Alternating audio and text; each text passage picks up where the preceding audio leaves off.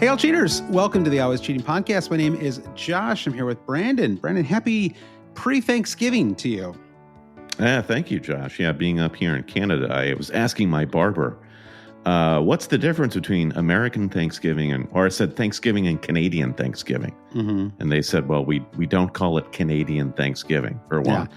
It's the first reused joke of the pod. You literally used that like 3 days ago at the pod. I think that was pre-recording, so that doesn't count. Okay, we'll put that in the original joke column. That's true. It was new to the listeners. It was not new to me. This is like when your spouse tells a story that you've heard many times before, and you're like, yes. You just have to suffer through everything I say, Josh, for sure. Exactly. But exactly. I'm feeling good. Yeah, it's like starting to feel like festive FPL suddenly. You know, we were that is true. bemoaning international breaks for a couple of weeks, and now all I can think about is how it's going to be nonstop FPL, festive fixtures, etc. for weeks and months to come. I'm looking forward to it. This weekend was, I guess it was okay. I mean, I'm almost definitely going to end up on a red arrow in the end. I actually was on a small green before, but you're the one who's kind of surging now, right? And I feel like, I mean, you a couple things went well, but I think it was really the big thing was Pedro Porro, right? And I think you sort of leaned into something that we've been talking about a little bit, which is that it's just really not an especially well. I suppose I actually did make a plus expected value defender move this week, bringing in Gabriel for Arsenal. But that was kind of forced because Trent was injured. But I think in your case, you debated some defender moves, ultimately decided no.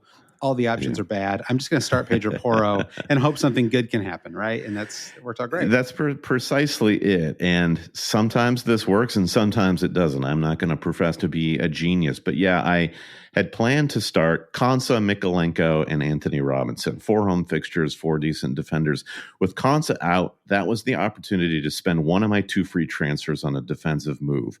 And I was sizing up Timber and also Lewis Hall, who will play on Monday night.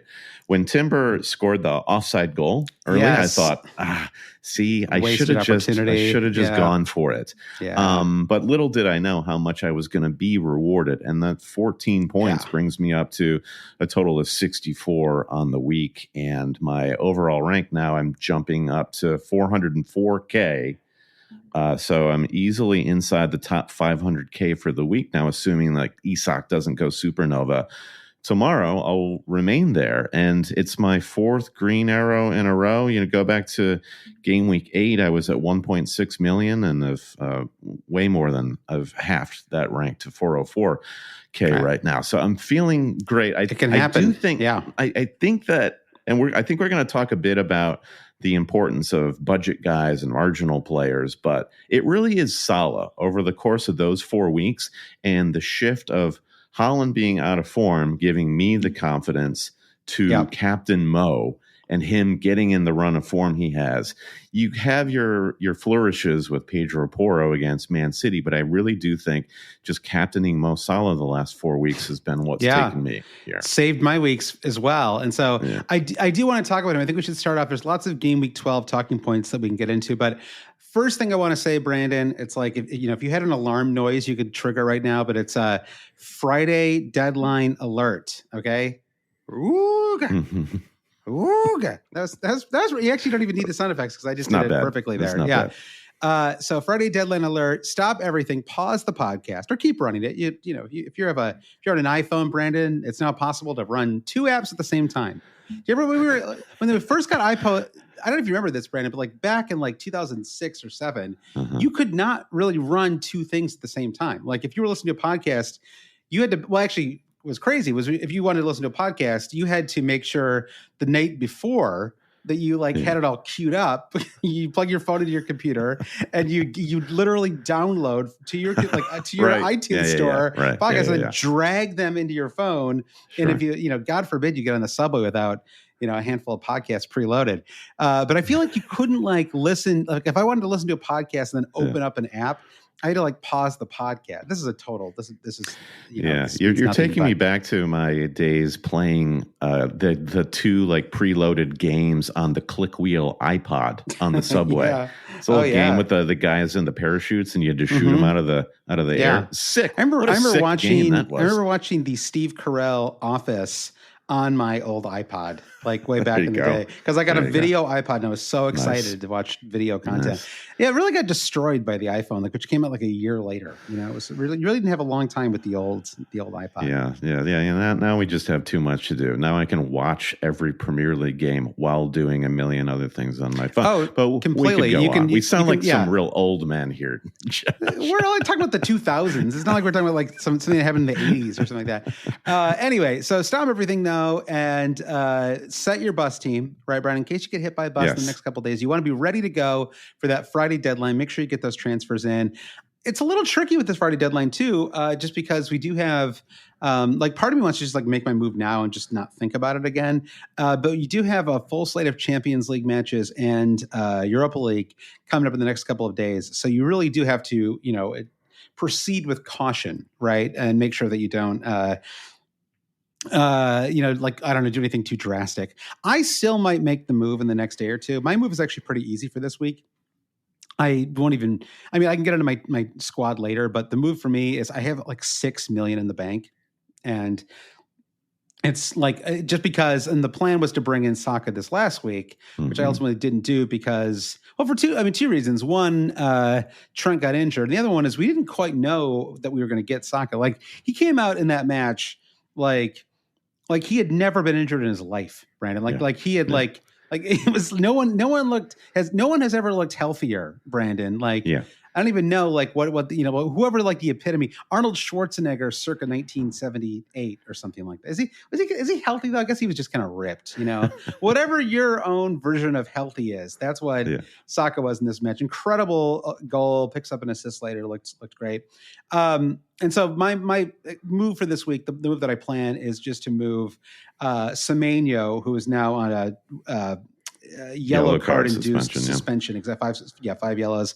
I can move Semenyo direct to Saka, and that move is and then Saka. The Arsenal play West Ham, feels like a good match. I mean, obviously West Ham haven't even played yet this week. They play away to Newcastle tomorrow, but we're recording this on Sunday evening. But it'd be one less day for them. Arsenal are in good form. It just feels like a pretty straightforward move. The only thing that's throwing me off a little bit is the risk of an injury to Saka over the next, during the Champions League.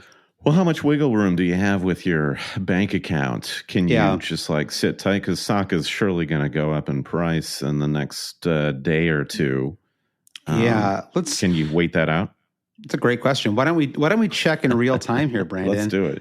Let's do it. Let's just see. Like as you're doing that, I'll kind of recap the outlay of Champions League fixtures this week. So on Tuesday, Man City are at home and they're hosting Feyenoord. And I wonder if Feyenoord. I feel like you're saying that wrong. Feyenoord. Isn't it Feyenoord? Yeah, Feyenoord. Feyenoord. Yeah. As a rule, no pronunciation. No, that's true. It sounded like Thor's uncle on Asgard or something like that. The way you said it. So, sure. Yeah. It's sort of like that's fine, Jord. I'll see you later, Jord. I wonder if Pep takes that as an opportunity to basically just play a Johnstone Paint Trophy squad at home to Feyenoord, because just like they look like garbage and they need to like totally reset. Thanks. Tim actually puts the spelling right in the YouTube chat. That doesn't help me at all. I need some phonetics here, Tim. All right. Also, Arsenal play on Tuesday away at Sporting CP. Amaran, the new Manchester United manager's old squad. And then Wednesday, you've got Liverpool home hosting Real Madrid. So I think we need to talk a bit about Salah captaincy against City on the weekend. Like, how much is our Liverpool going to be depleted by hosting Real Madrid and what will be a real showcase? And let's see, Aston Villa host Juventus also on Wednesday. So interesting fixtures. How does that sort of factor into our Saka decision making. If you can hold on until Tuesday evening before the price changes, that would be ideal. I can, but but it would, so it's an interesting situation. This crops up all the time in fantasy, right? Where Saka is set to rise tonight, like within about an hour or so, usually around on East Coast time. It's around 9:30 when these price changes happen. And Semenyo is at 95% to drop. And that's going by our old reliable FPL statistics, which I found to be very reliable for many years for predicting price changes. There's lots of places you can go to find this stuff though. So that if he's at 95, that probably means he's almost surely going to drop tomorrow, right? It's not a guarantee, but it's very likely. His ownership's high enough. He's out for the weekend. There's no reason not to think that he's going to keep getting dropped by managers. So that's tomorrow, right? And that means that it'll be before Arsenal's match as well. So I either move right now or I cost myself 0.2. And so, Brandon, I'm going to do it. I have just done it in real time, Brandon. I love it. I feel like it's time you start taking a few risks here, Josh. Well, I don't want to listen. The thing is, you lose 0.1 here, you lose 0.2 there. Yeah. It's suddenly you look around and you're like, wait, my team I have no money. This happens every year. Come February, March, everyone else is bringing in these awesome players. And you're like, I can't afford any of you, And so, and the alternative, I guess, would be, my defense is in some trouble here. I could, in theory, make another defender move, but it's just whom, Brandon, whom would I bring in that would actually be appealing? Now that I've already brought in my one Arsenal defender, I don't feel hugely enthusiastic. I guess I could bring in a second Arsenal defender. That would be one possible. That might be something I end up doing in game week 13 or 14. But because Semenyo was out already anyway, I was probably going to have to move a couple of players this week.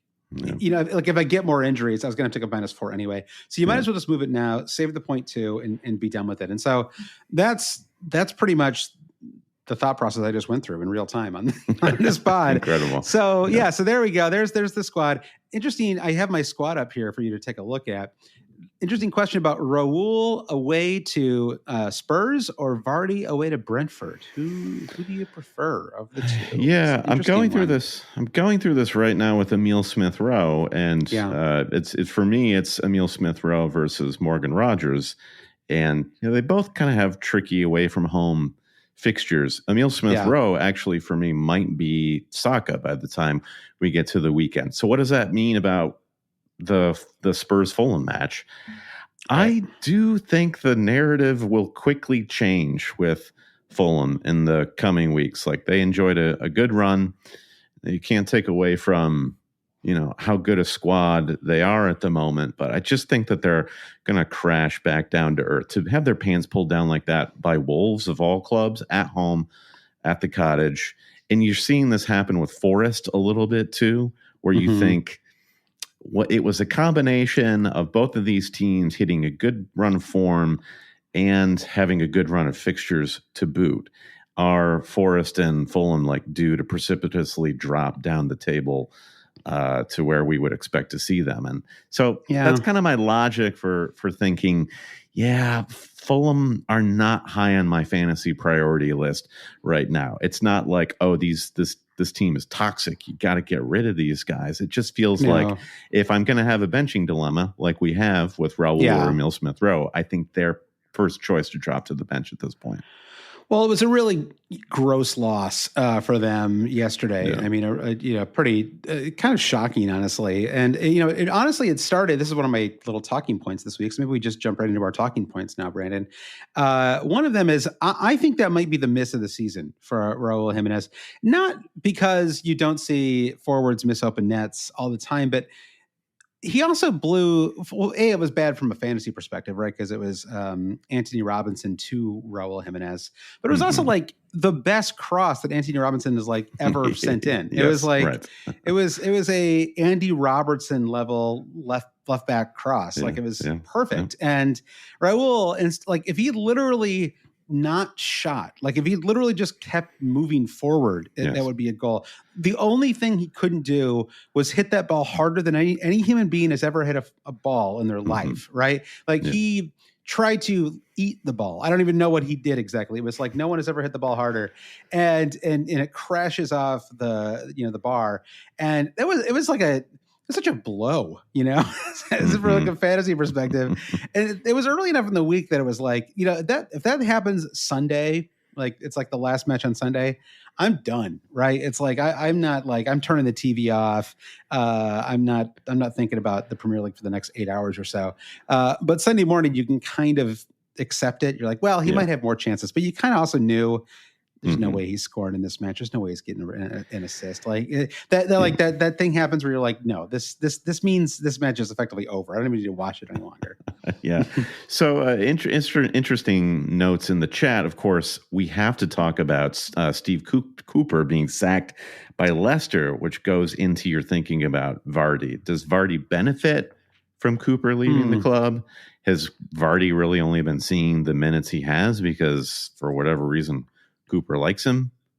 What do you think? I mean, who else can score on that team? Like, Buonanotte is awesome, but he's not a forward.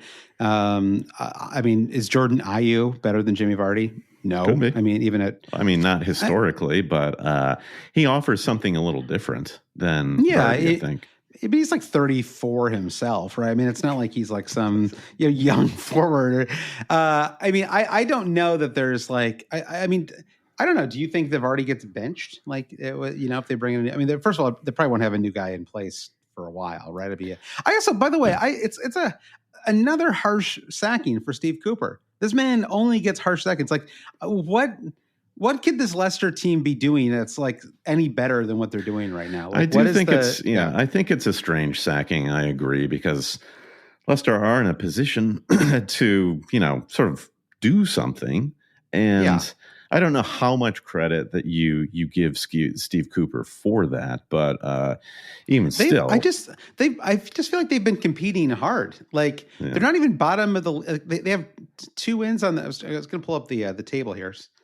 Something I love when there's some kind of ad that ruins my but they're 16th in the table. I mean, I guess they have lost 3 out of 4, but I don't know. It feels a little harsh to me. This if you look at the table, who's below Leicester? Wolves. There's no way Wolves finish below Leicester City this season. So Leicester are 1 position out of the drop zone. Right. Ipswich, Palace, Southampton. Southampton are down. We understand that.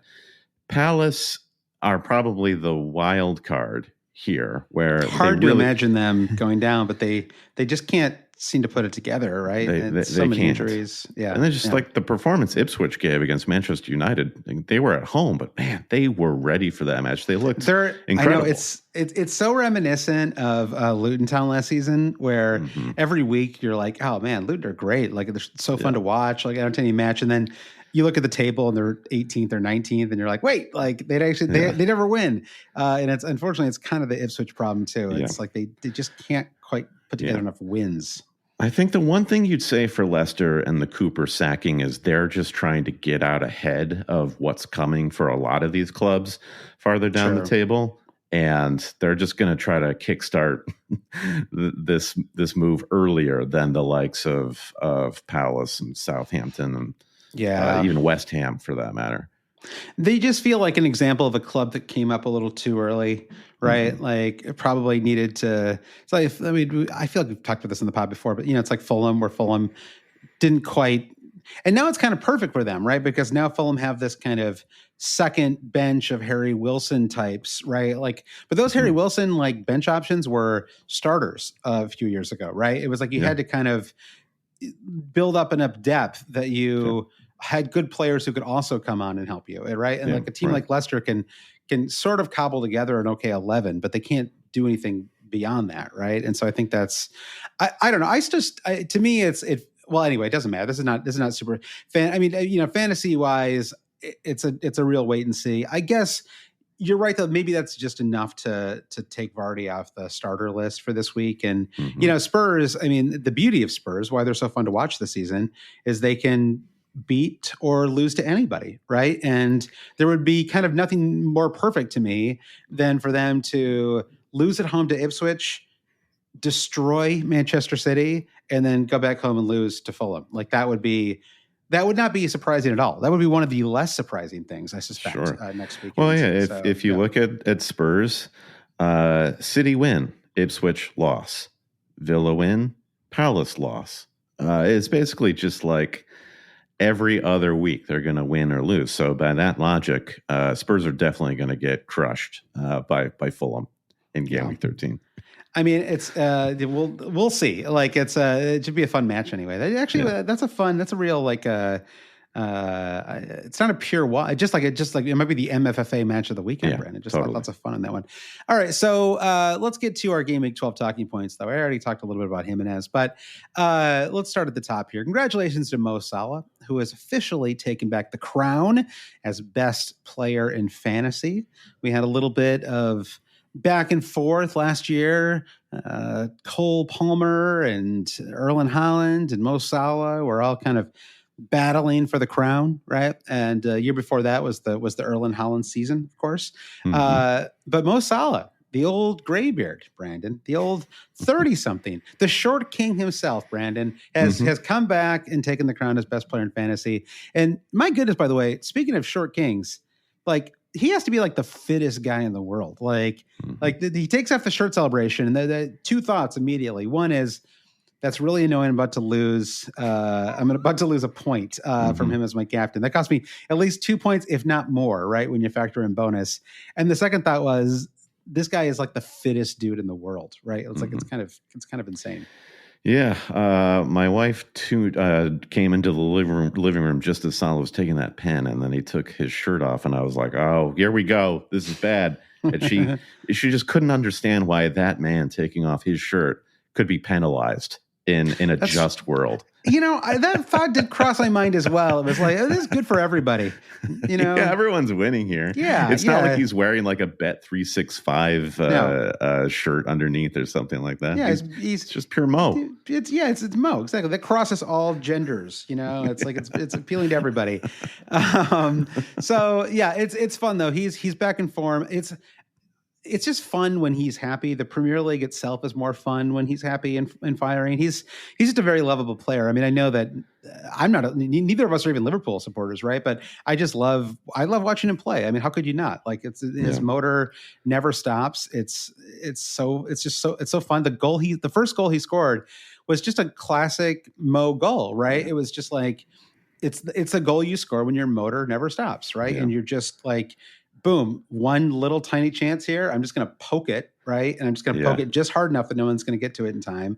It's funny. He never really cares how he scores. That's true. He's not like a Iron Robin where it's like always got to be a curler, even though he can do those. Yeah, or like who's the Andros Townsend, right? Where he always wanted to shoot like outside the box. Or, right. Yeah, you're right. He'll score any. He's always in the. It's so funny on corner kicks. You know, he's like the shortest guy on the pitch a lot of the time, and yet he's always right on the keeper. Like he's just right there. You see him turn to Van Dijk, and he's like, "I got this one, buddy. Yeah, I got this one. Yeah, exactly. All me. Yeah, lean back a little bit, please."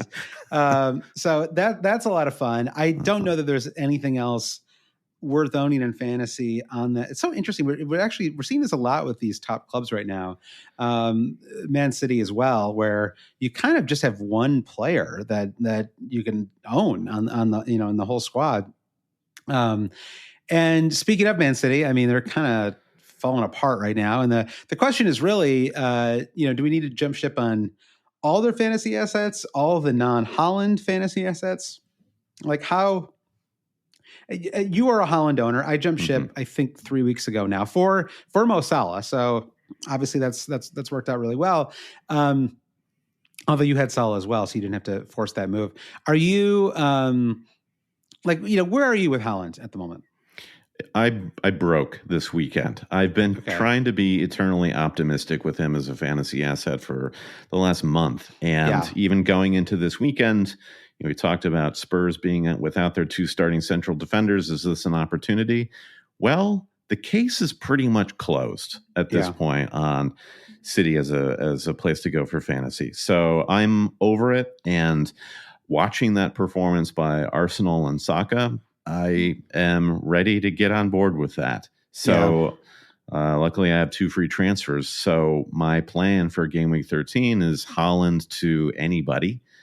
Basically, if I turn Smith Rowe into Saka, I have 10.7 million to spend on a forward. Oh wow! So you can bring an Isak even. Yeah, I'm thinking Saka and Isak for Haaland and Emil Smith Rowe, and we'll get to this when we do the preview of game week 13 fixtures. But I think Saka, based on that performance that we saw on Saturday, is suddenly right in the hunt for the captaincy for game week 13.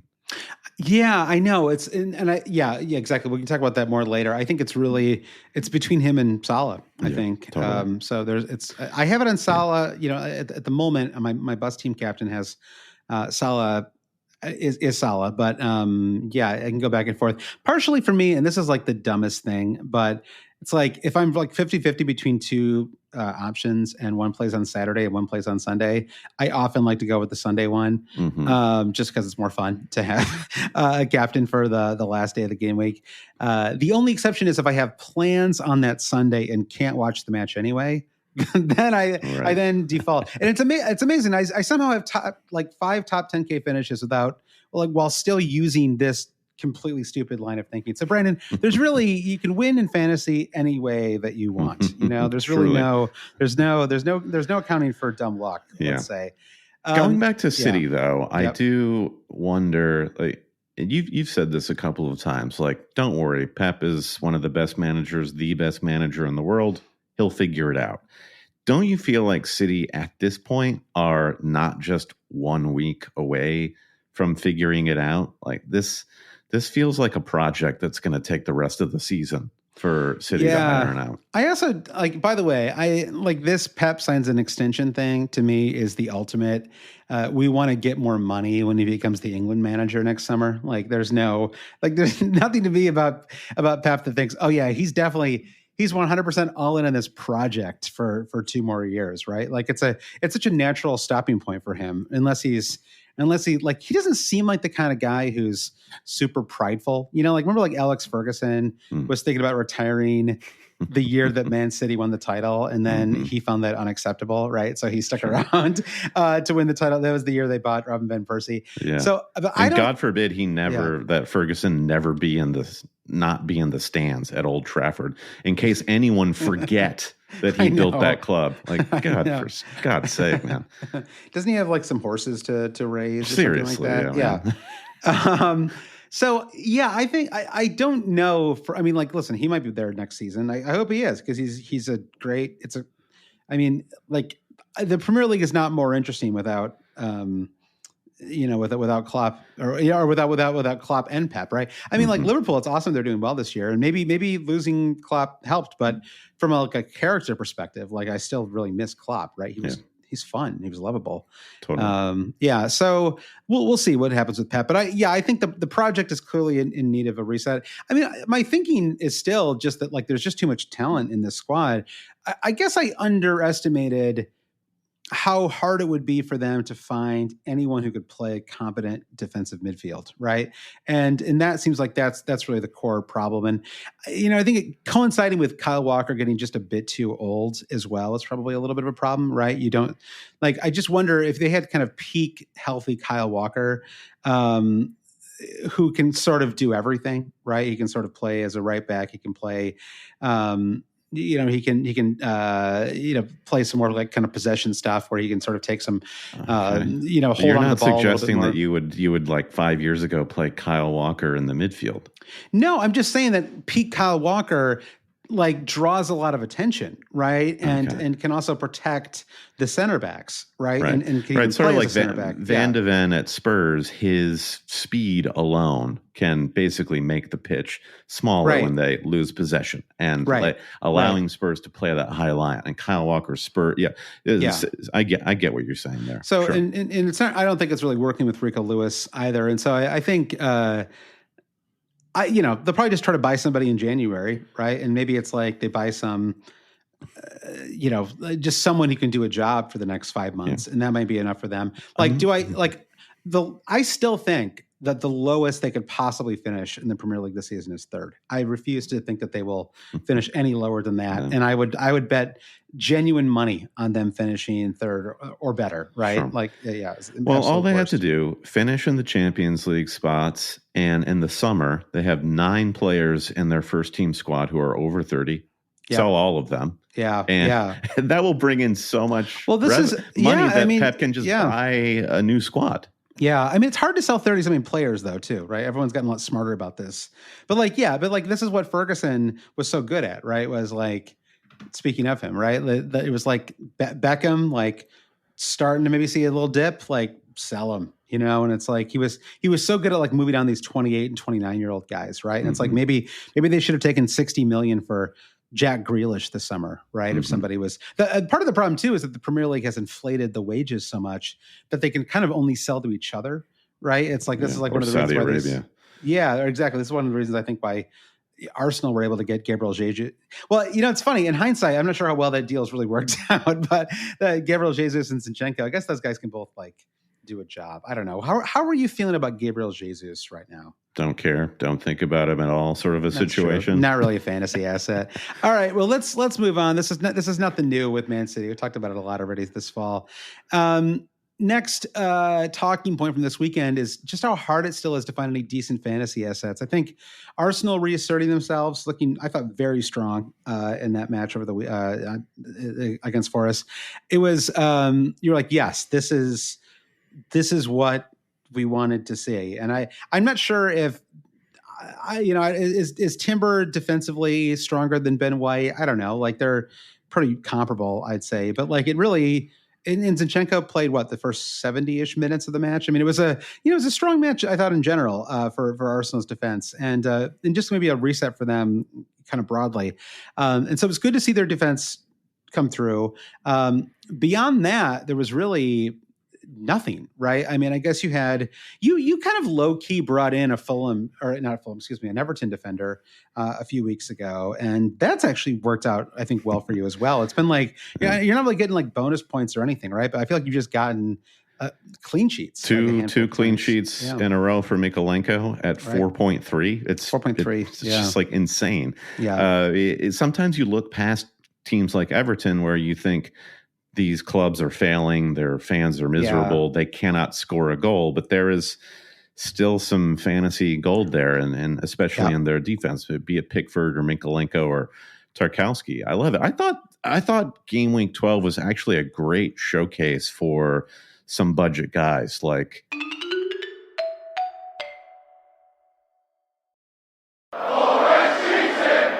Cunha at Wolves. Like, how could you not be blown away by the run he's on, capped by that Fulham performance? And he was assisting. He was like doing like a full-on Harry Kane impression, where it was elite finishing from distance, great movement, but also like bringing his teammates into the play from deep. I thought he was fantastic. Nicolas Jackson, another budget pick that I thought really stood out when we're struggling with these Cole Palmer blanks. And who else could we throw in there? Toss in the mixer. Yeah.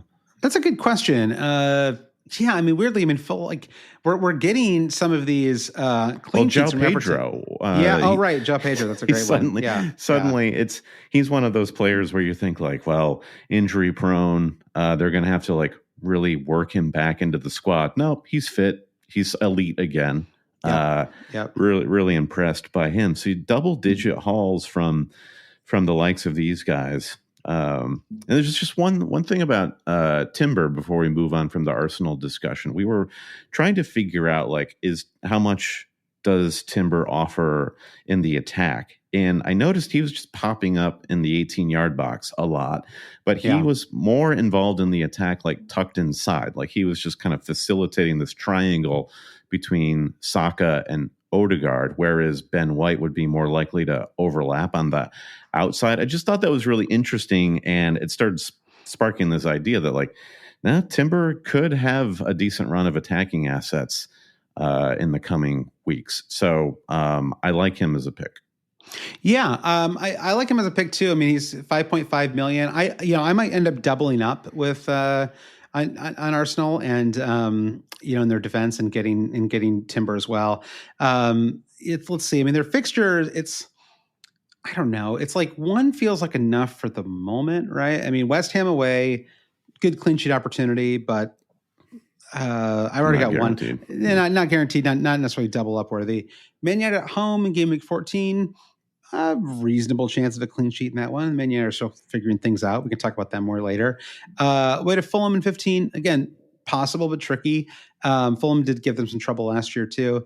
And if you factor that sort of thing in, and then maybe game week 16, you got a nice run where it's Everton, Palace, Ipswich, heading right into the Boxing Day. So certainly, by the way, I cannot believe that we're already that we can see Boxing Day fixtures in our right. It's finally here. You're right. It's like, do you feel like we keep postponing this great window for Arsenal? Like it was supposed to start in game week 12, and now we're like, game week 16. That's when it really begins. To be fair, it kind of did. I mean, they got the clean sheets and the Saka return. And it looks like you got rid of Havertz just in time too. I did. And good for Arteta for making some tweaks there for sure. I mean, having Odegaard back is probably can't be overstated how important that is for just the confidence of that side. Speaking of Wolves, by the way, just on the Cunha front, I mean, they probably have the best upcoming run of any squad out there, right? It's Bournemouth, Everton, West Ham, Ipswich, Leicester in the next 5. Great run. So I think Cunha should be, at the top of that. Actually, you could go Cunha over Isak if you wanted to hold on to some money and sort of. I'm not even sure Isak is necessarily a better buy at this point than Cunha when you factor in form and fixtures. 100%. I'm very interested to see how Newcastle look Monday night for sure. And do I learn anything there? But then neither of them have European fixtures to contend with. So then it's just kind of, for me, I'm waiting to see what Isak looks like on Monday because maybe Cunha, and then waiting to see what happens if Saka survives the assault match. And Sporting. Yeah, exactly. Well, they're going to be with a new manager there. And so I think. All right, let's get back to I wanted to say on the Wolves front, though, Nuri, I think, is going to end up being a popular buy now, as it seems like maybe they've started to figure things out a little bit, at least hit a better run of form. And honestly, there's not a lot of great defender picks anyway, so maybe just go with one that has some attacking potential. But I just want to note that he is on 4 yellow cards, so there's a little bit of risk there to buy him ahead of the festive fixtures, as is Nicolas Jackson, by the way, another player who's on 4 yellows. So just something to keep in mind for those 2 players. If you're, like in my case, I have a number of straight up injured players on my squad.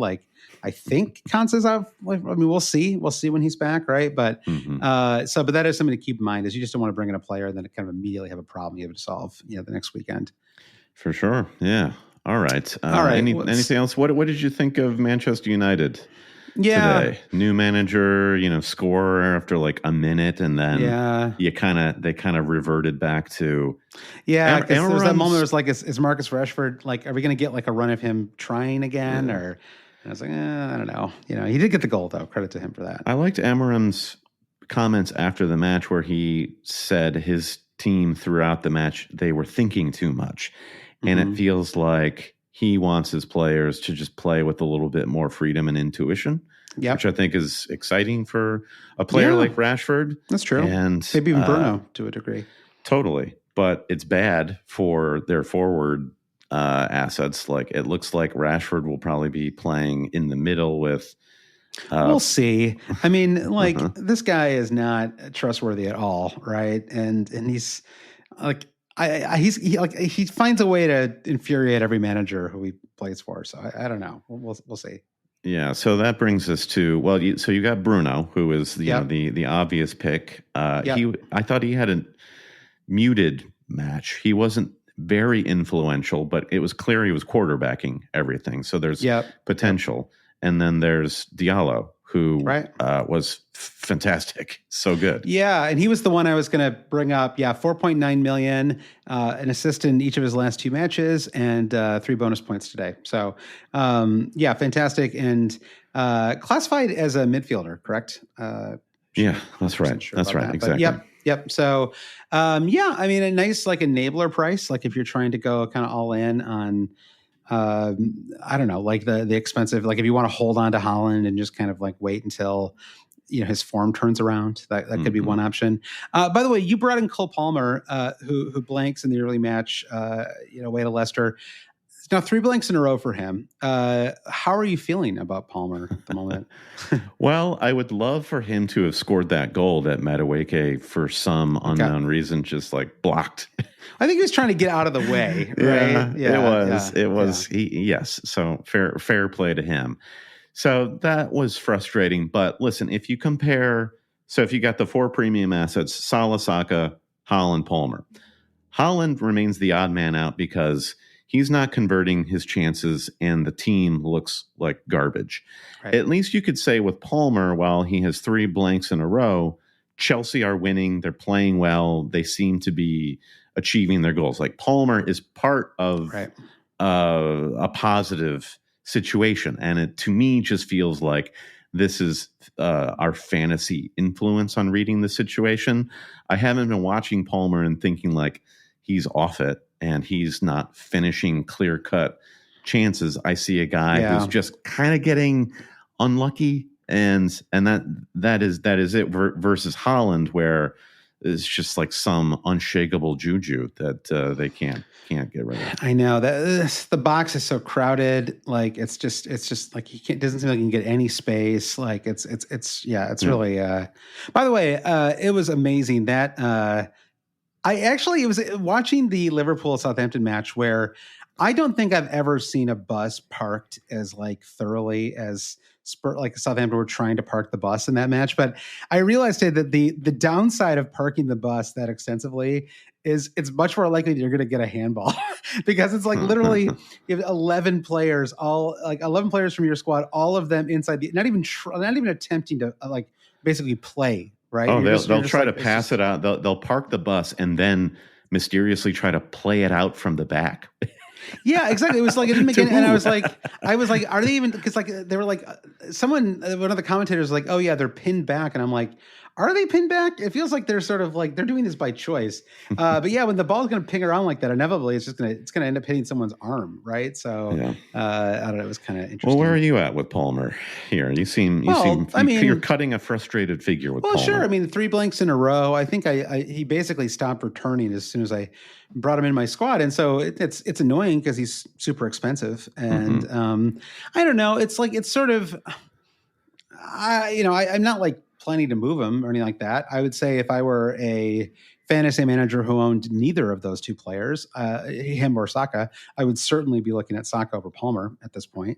But I certainly, like as a Palmer owner, it's like moving him is very far from my mind. They have a great run of fixtures up ahead. The only problem is it still feels like there's not like a ton of chemistry among the squad, right? It still feels like you sort of have. It's like like as well as Nicolas Jackson has played this year, it doesn't feel like there's some amazing link up situation going on with him and Palmer, right? It's like it's kind of like every man for himself, and it's working, right? But I don't quite like it's like if you were to ask me like what like the sort of like what makes them tick or something like that, like it's like I don't know whether I have like a great answer for you, right? There's just a lot of there's a lot of things going on. Just guys, they've got some good guys. Some good guys. I thought it was starting to come together with Neto, with the front 3 of Neto, Madueke, and Palmer in the middle, and Jackson up front. It's very young, that sort of like makeup of the team. João Felix didn't offer much the way Neto's just faster and more dynamic than João Felix. So getting Neto back into the starting 11 might help.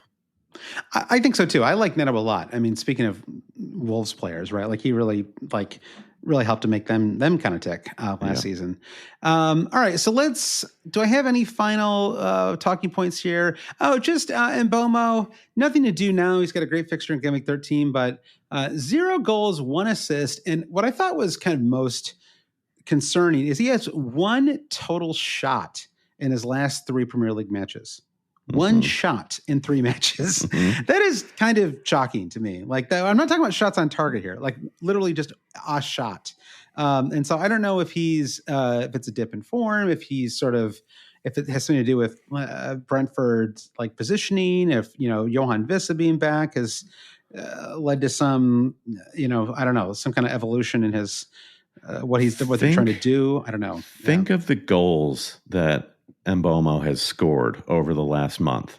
The first one that comes to mind was a cross that went in. Right. Got a pen in there. And then he had those 2 back-to-back goals that were both insane volleys. Right. Yeah. So I guess maybe you shouldn't be surprised by this.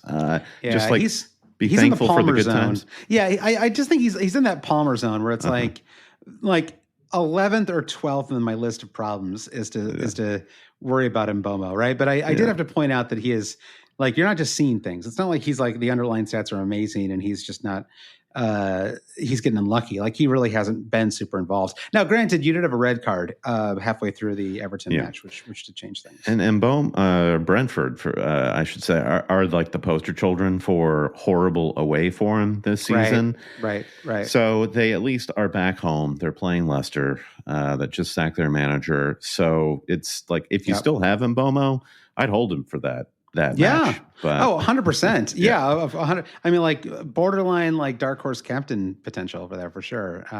That'd be, but I would say, truly dark horse given his form at the moment. Yeah. All right, Brian. Well, let's, so we talked about our teams, talked about the talking points. Why don't we talk quickly about Patreon? I feel like I've done a lot of talking in this pod. So why don't you do a quick Patreon pitch? If you never heard us talk about Patreon before, what is the pitch? Oh, you're in for a treat. Now, if you listen to Always Cheating and you like what you hear and you want more Josh and Brandon, say you want a second podcast every week, ad-free. Well, that's what you can do at Patreon. Go to patreon.com/alwayscheating. You can say thank you, get more Always Cheating content in return at the lowest tiers. You immediately get access to our private Discord where we've got lots of different mini leagues and chats to join. And then at the higher tiers, again, you get that extra podcast each week. We do those Thursday night where we're closer to the game week deadline. The midweek matches have been played. Josh and I are closer to making those finishing touches on our squads. And it's just like a fun, vibey sort of episode. So tons of stuff to get involved in if you go to patreon.com/alwayscheating. We really do appreciate your support. And thanks to all of you who are already supporting the pod. And we don't shout this out often enough, though, Josh. If you want to join something for free, it costs you nothing. It costs us nothing, too. But the Always Cheating Super League. We love the Super League. It's free to all of our listeners. Use code QVC0ND or just go to alwayscheating.com for more info on the Patreon or that league code. You said it. All right. Well, Brandon, let's take a look now at Game Week 13. I have a couple of questions from listeners, and I noted before it's a Friday start. So just once again, keep that in mind. Get that team set early. My note here says that it's a wide open week for the captaincy, but I suppose it's really down to 2 players, right? Saka and Salah. Salah, I believe. Now, on the one hand, you're like, on the one hand, just like take everything else away. Like Man City are, despite their like crazy dip in form, a good team, and like they're, it's like there's like this is not the easiest match on Liverpool's calendar, right? And so you can make an argument that like it's just like you might be able to find an easier captain option than Salah. On the other hand. And I believe this, at least it used to be true. I don't know if it still is anymore, that he has scored, Salah that is, has scored more goals against Man City than any other club in the Premier League. So it is not, there's no great worry in my mind about whether he has the potential for getting some attacking returns in this match. I think it's very likely that he will. The only question is whether you think that Saka could maybe do a little bit better, right? Just because West Ham are just not been able to figure it out. And maybe they will tomorrow, but they haven't so far this season. And in some ways, having a player in an away match like that is actually kind of ideal because West Ham are going to feel obligated to go for it right at home a little bit. And that may actually open up some opportunities for Saka where the box isn't quite as crowded. He won't have to weave through 8 defenders and score a screamer the way he did yesterday, right? And so might offer some more opportunities for him. I don't know. And so, I think that they're both great picks. Are there any dark horse captains out there? We talked a little bit about Mbomo. Anyone else come to mind? Yeah, in the YouTube chat, BB Defender shouts out a fully rested Palmer versus Aston Villa at home is a potential consideration. Now, of course, coming right off the back of our chat about how Palmer really can't do anything fantasy wise. Yeah. But when he's on, he's on. Like he's got.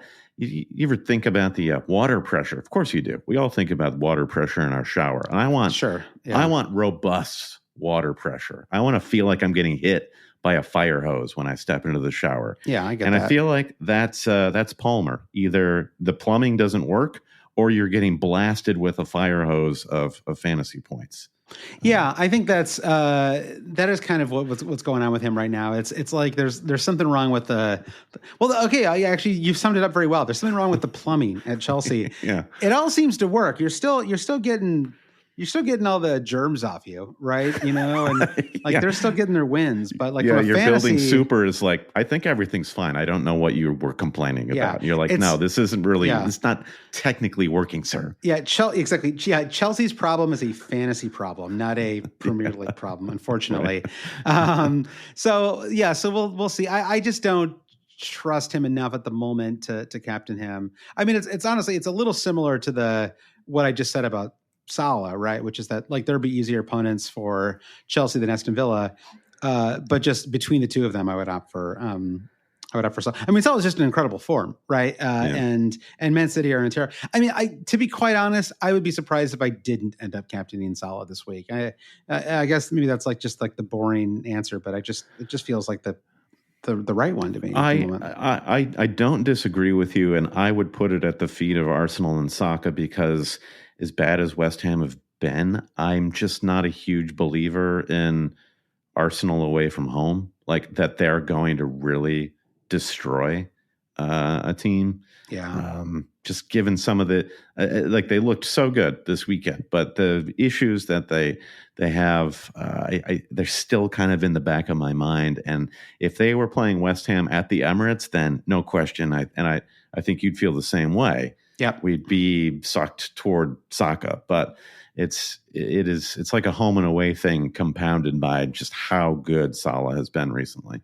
Yeah, I think it's always tricky in a match like this too, and it looks like I'm going to be starting, Gavardiol as well, and so a Liverpool Man City match could just be, you could kind of get any we've seen it all with these two squads over the years, right? They sort of the names haven't changed too much in the last handful of years, right? And so we've seen 4-3s, and have we seen a 0-0? I don't know about that, but we've certainly seen some low scoring affairs as well. Yeah. So, any thought to Solanke? Spurs obviously, too unpredictable, right? Yeah, and Fulham, I don't know what to expect from them in that match, but it is a London derby. They're not a bad team, right? And the sort of cadence that Spurs are on. They should, and Spurs will be playing Thursday night as well, right, and the Europa League. And what kind of hangover do we expect there? It feels like Spurs will win that match, but the ceiling is low.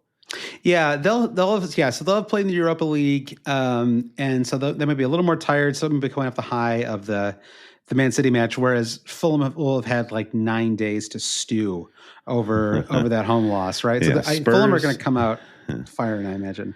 Spurs host Roma on Thursday night. Manchester United host Buda Glimt. I think I got that pronunciation right. Thank you to all the Norwegian followers on the Always Cheating Discord. And let's see who else is in the Conference League. You've got I don't know, somebody. It doesn't matter. No, doesn't matter. All right, Chelsea are away at at Heidenheim. Okay. That's a location in the God of War video game. So that's really crazy that Chelsea are going into a PlayStation 5 for their Europa League Conference League match. That's incredible. Yeah. Speaking of video games, as you know, Brandon, I'm not really a video game person, but I did have to quickly shout out a video game adaptation because I watched Fallout. I finished watching Fallout a couple of days ago, and I thought it was terrific. I don't know why. Maybe I'm just not in the right bubble anymore, and everyone's talking about this in some other alternate universe. But I thought it was quite good. If anyone's looking for a fun 8-episode show, if you like Walter Goggins too, Brandon, a lot of Goggins in there. You're a fool if you don't like fantastic. Walt. Yeah, I like the whole show though. I agree. Yeah, we watched it as well. Totally enjoyed it, and you don't have to know anything. You don't have to know it's a video game to exactly. enjoy it. Yeah, exactly. And if anything, I guess I knew just because I'd heard of Fallout, right? But like I knew literally nothing about the game. It's a fun show. Surprisingly little use of the band Fall Out Boy. You think that would be a perfect crossover opportunity? That's true. I'm sure they'll rectify that. Please. At least use the band as cast members or something next season. I will be adding them on my favorite social media platform. All right. Well, let's end things with some questions from listeners, Brandon. Some of this will tie in with stuff we already talked about. So we'll just do some lightning round style. A handful of quick questions here. Travis says, I'm trading in Havertz for someone this week. Says, who would you choose out of Jackson, Watkins, or Isak, or someone cheaper? So are we kind of targeting in on Cunha now? I mean, he's got the form, he's cheap, and they have great fixtures. Feels like it's fairly it's Isak or Cunha, and that to me is the decision. And that's one of those where I just don't believe in stats enough to base my decision on that. Yeah, because I just can't predict who's going to come out ahead. Wolves fixtures are so good. It's weird that it is even a toss-up between Isak and a Wolves forward, but it is because Wolves are in good form and their fixtures are divine. Football Genius asks about Lewis replacements. He says invest in Konate or downgrade. What about an upgrade? If you could find an extra 0.6-ish million, going Lewis to Timber, I kind of like that as a move. For sure. Or reversing the names and going Lewis Hall at Newcastle. I still can't trust him after starting the season with him, and he was immediately benched. But it does seem like he's maybe earned that spot. I still don't quite believe it. Yeah, for sure. I mean, you're catching the tail end of Everton's run here. They host. Let's see, they're away Manchester United. There's really no more good fixtures for Everton. Sorry, you missed that one. Yeah. What about eight Nori? I mean, are we like a little too all in on Wolves now? But he at least does offer attacking potential for sure. He's crazy attacking. Yeah, I think he's fun. And I tend to, if you're not going for an Arsenal guy, I would go for as cheap as possible. Mikolenko, Lewis Hall, Nuri. Those guys. He's 4.8 million. He's got 3 goals and 2 assists on the season, and they actually kept a clean sheet last week. So there you go.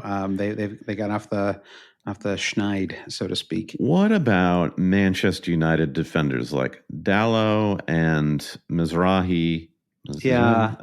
So the way I would frame that is, they have a lot of work to do under the new manager, and I think they'll be better for it, but the new manager is going to be trying out a new system. And I feel like that makes players a little basically how the team works.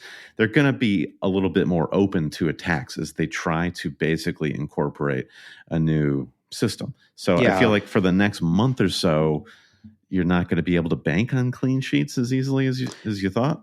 Yeah, I think that does make things a little trickier. And he's his system, he's a 3 at the back guy, right? Yes. And so, and he immediately implemented that this week with Evans, De Ligt, and Mazraoui. So, De Ligt, I don't know, maybe when Harry Maguire is healthy, he's so cheap that maybe there's something there. I don't know. Maguire's up to, God, they brought his price all the way back up, didn't they? He's at 4.9 million now. So like a little less fun. Yeah.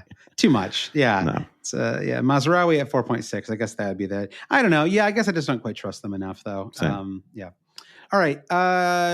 Foamy asked about triple captain Salah next week. Okay, I think we can. I wouldn't. Yeah, it's cheeky. It's cheeky. Exactly. So let's see. We have more striker questions. We kind of just talked about that. Okay, how about we'll end this with Marquis de Barber, Brandon. He says, or she. We don't know. Can you have is it a Marquess if it's a female Marquis? I'm not sure. I don't know. Yeah. The Marquess de Barber says, I'm ready to rage quit on Haaland, taking a -4 to bring in Saka and Cunha. Oh my God, Brandon, it's like looking in a mirror. So he says, smart move or nay. So I won't let you answer. I will do it myself because I am more objective in this situation. Maybe slightly subjective because I don't want you to do that well. But I will say, I think that it's a smart move. I reluctantly have to admit it. The question, the way to resolve this is, how would I feel if I had the opportunity to bring in these players myself, right? And I'd be pretty excited about it. And again, I mean, part of the situation with Haaland is when you look ahead to the next few weeks, there just isn't one. He can score in any match at any time against anybody, right? So there's no that always needs to be kind of acknowledged. But when you look ahead to their fixtures, because the question with him, because he's 15 million, right? The question is, can he score? Can he score multiple times in any match against anybody? We're never going to captain this guy for it's going to take a couple of months for him to get the armband back, and that's the huge problem. Yeah, the next really great fixture is, I suppose, would be Everton at home on Boxing Day. And I don't even really know. I mean, Everton are looking somewhat competent, right? So that doesn't even seem like a hugely appealing match. So I just think you can kind of get away with not having him for the next 5 weeks or so.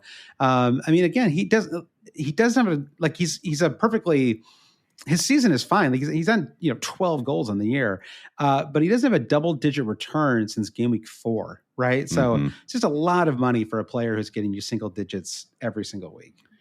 I think De Barber's question here, is it smart? It's such a smart move that I feel like this would be discussed on my favorite game show of all time, Win Ben Stein's Money. Ooh, remember the whole premise was how smart Ben Stein was? Well, I think if that show was still going and this question was posed to Ben Stein on Win Ben Stein's Money, he would say, yes, get rid of Haaland for Saka and Cunha. I thought you might go McLaughlin report or something like that. The McLaughlin old group. School. Yeah. Or what's that old Pat William Buchanan would definitely be like, yes, Pat, that's a great. Yeah, exactly. Or or what was the one that William Buckley hosted way back in the Meet the Press? 70s? Was it Meet the Press? Did they Meet the Press? I don't. Face the Nation? One of those two. Whatever. Yeah. So all right. I think that we've covered it, Brandon. We looked ahead to game week 13. One final reminder about the Friday deadline, because I just know it catches up on everybody, myself included at times. And so, we all have busy lives and you can forget about it. So just make sure you're okay with whatever squad you're rolling out with this weekend. With that, Brandon, one final note. A, thank you for listening. B, if you'd like to support the podcast, you can go to patreon.com/alwayscheating. And C, do you want to thank our producer patrons? As always, a big thank you to producers Mike DePietro, Trevor Ingerson, Dave Wegner, Lodal, our buddy Chris Howell, Andy Penn, Nick Wright, Lazaros Llanos, Jesse Halstead, Brian Chin. Brian, I'll see you on the Press Play podcast tomorrow night. Good. Looking forward to that. Good. And I highly encourage all of our listeners to tune in, especially the American FPL players. Brian and his team do a great U.S.-based fantasy pod. I'll see you then. Also, thanks to Babas Kuhn, Blair Jacobson, Todd Byerly, Andy Portlock, Dan Parsons, Terrence O'Donnell, Kerry Swanson, Jefferson Turner, Ezzy Does It, Francis Moore, Sam Shower, Craig Jackson, Caleb Robbie, Brian Clark, Thomas Tislov, Fro Jacobson, Gareth H., Shalin F. Kadaki, Arishi Nigam, Noah and Louise, Travis Grant, Linus Vennerstrom, Matthew Skinner, Ben Coombs, Eric Kite, Rune Sandberg, James Murray Wood, James C., James Holland, the Three Jims, Scully, and of course, Craig at Total Maths Tutoring. Rate, review, subscribe wherever you get your podcasts. Of course, we noted last week that we made. We got a new producer. Oh my gosh, I forgot to shut him out. Didn't we get a new? Francis Mann. Yeah. Francis is back. Francis the man. Glad Almost to have forgot, you back, Francis. So sorry about that, Francis. Man, we're typing. We're basically chiseling your name into the running order. Yeah, exactly. In real time, we're adding you to our Stanley Cup style trophy with all of our Patreon supporters on it. Very sorry, Francis. We'll and we'll give you a shout at the top of next week's pod too as a reminder. So yeah, but thank you to all of our producers. If you want to find the podcast, you can now find us pretty exclusively, I would say, on Blue Sky. That's where outside of the Discord, of course. That's where we're chatting. Of course, we try to post links everywhere. And so, it's like, will we still post on places like Twitter/Ask? Yes. And some people I've been like a little like annoyed about this, but to me, it's like, I don't know. It's like you said this once about me when I was trying to do something. I was feeling a little guilty about it. And you're like, we're trying to run a business here. Like what are you gonna do? It's like you gotta share this stuff out where people are, right? And so that's the long and short of it. So if you see me post on some place and you don't like that place, it's just we're trying to make sure everyone can find this thing. So yes.